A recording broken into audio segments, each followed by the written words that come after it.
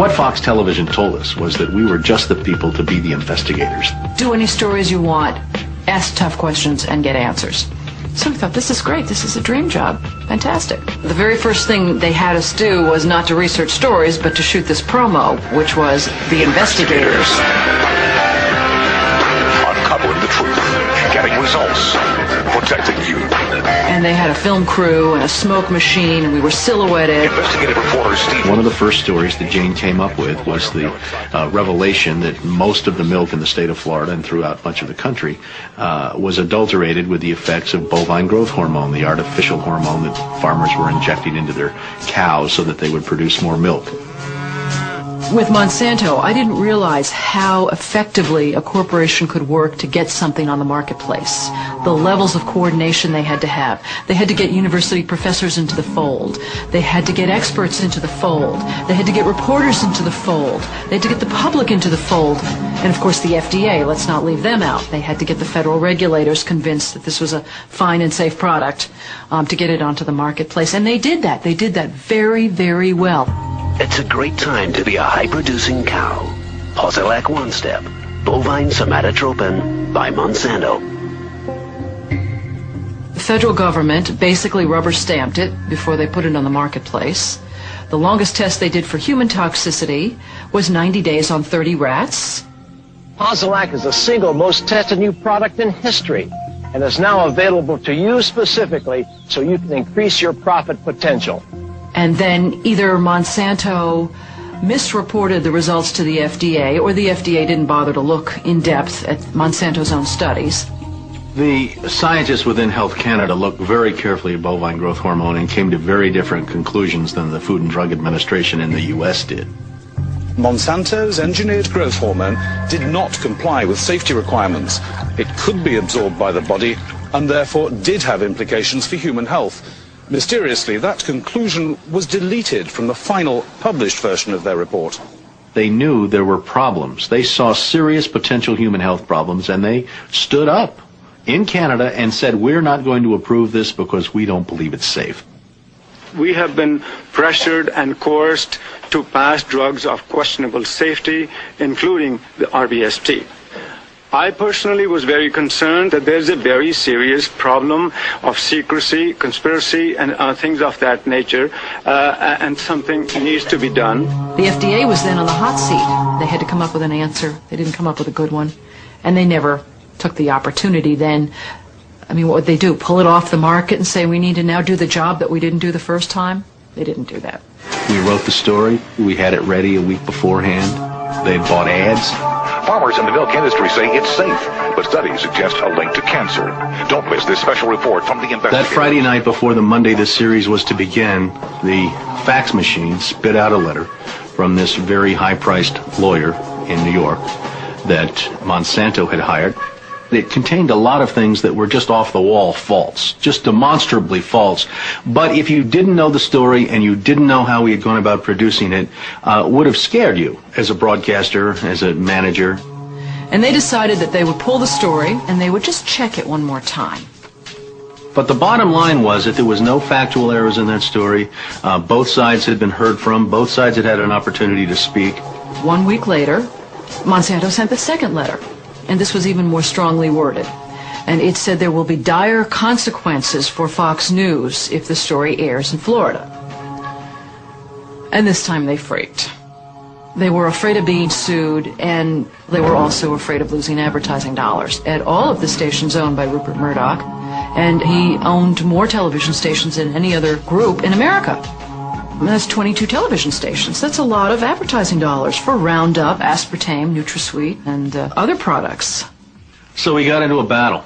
And the first deal was the new general manager. And his name's Dave.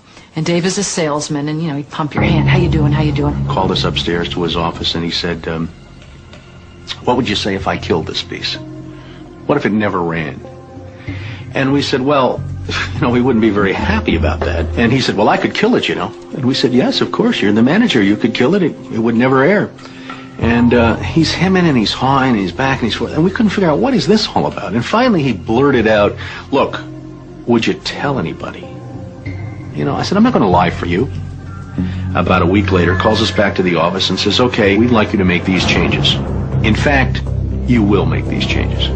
We said, well, look, let us show you the research that we have that shows that this information you want us to broadcast isn't true.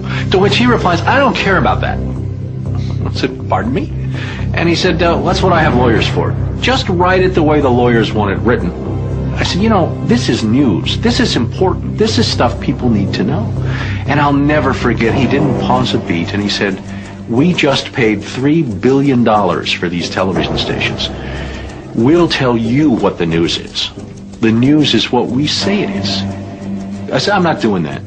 And he said, well, he said, if you refuse to present this story the way we think it should be presented, you'll be fired for insubordination. I said, I will go to the Federal Communications Commission and I will report that I was fired from my job by you, the licensee of these public airwaves, because I refused to lie to people on the air. And it's thank you very much. You'll hear from us right away. Well, 24 hours came and went and we didn't hear a thing. And about a week later, he calls us back, and now we've changed strategies. How about if we pay you some money and you just go away? And I said, how much money? Because, you know, when somebody offers to bribe you like that, I always want to know if it might be worth it. He was going to offer us the rest of our year's salary if we agreed not to talk about what Monsanto had done, to not talk about the Fox corporate response in suppressing the story, and to not talk about the story. Not talk about BGH, again, anywhere. Not take the story to another news organization.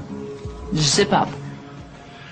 I said, you mean if I want to go to my daughter's PTA meetings and explain what's in the school milk at the school lunch program? I can't. No.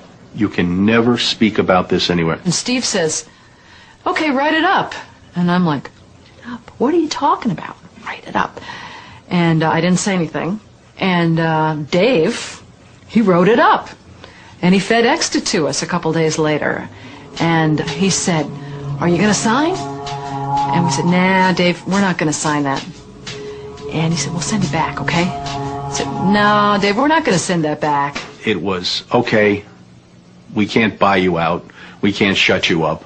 Let's get the story on the air in a way that we can all agree it will go on the air. And we started rewriting and editing with their lawyers. Well, during this 8-month re-review process, I say jokingly, they did things like, for example, they wanted to take out the word cancer. You don't have to identify what the potential problem is, but just say human health implications. Any criticism of Monsanto or its product, they either removed it or minimized it. And it was very, very clear, I would say, almost every edit they made to the piece, that was the aim. And we changed this and this and this, and then that wasn't good enough. Okay, now change this and this and this. Now change this and this. Version after version after version, 83 times. 83 times is unheard of. It doesn't happen. You shouldn't have to rewrite something 83 times. Obviously, they didn't want to put the thing on the air, and they were trying to drive us crazy and get us to quit or wait until the first window in our contract so that they could fire us. They, in effect, announced that they were going to fire us for no cause. Well, this was a little much.